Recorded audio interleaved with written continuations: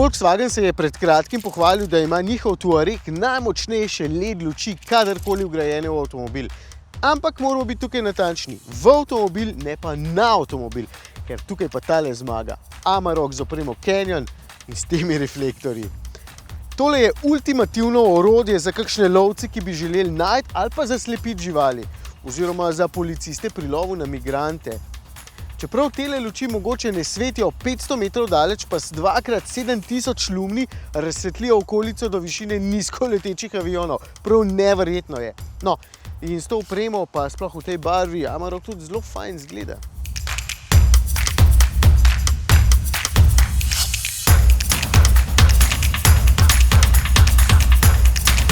Seveda luči na strehi terjajo svoj davek, ker se okoli njih med vožnjo vrtinči zrak. Ni grozno, se jih pa sliši, ko se peljete nekoliko hitreje.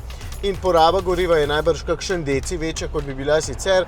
Na našem testu okrog 10 litrov, kar je čisto ok, sploh ker je tudi motor pravi.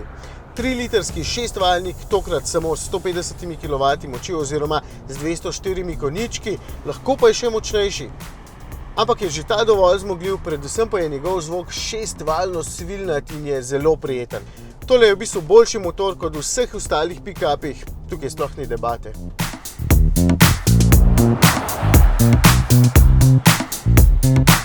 Tudi vozniško je krasen, tale ima stalni 4-kolesni pogon, ki mogoče terensko ni tako brezkompromisen kot priklopljivi, tudi nima reduktorja, je pa bolj prijeten na urejenih poteh.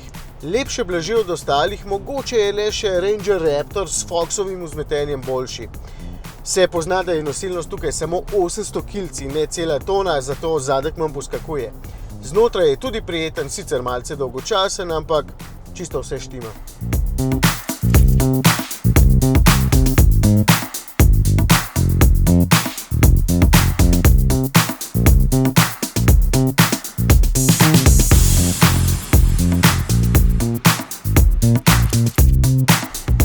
Opremo Canyon je tole zame drugi najbolj nastopaški pick-up pri nas, takoj za Raptorjem.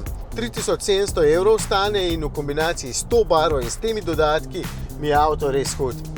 Je pa ta oprema Canyon na voljo samo s paketom Comfortline, kar je mogoče malce škoda, no so pa ti luči, ki stanejo še dodatna 2000 na voljo pri vseh paketih. Tako bo vedno lahko razsvetljeval okolico.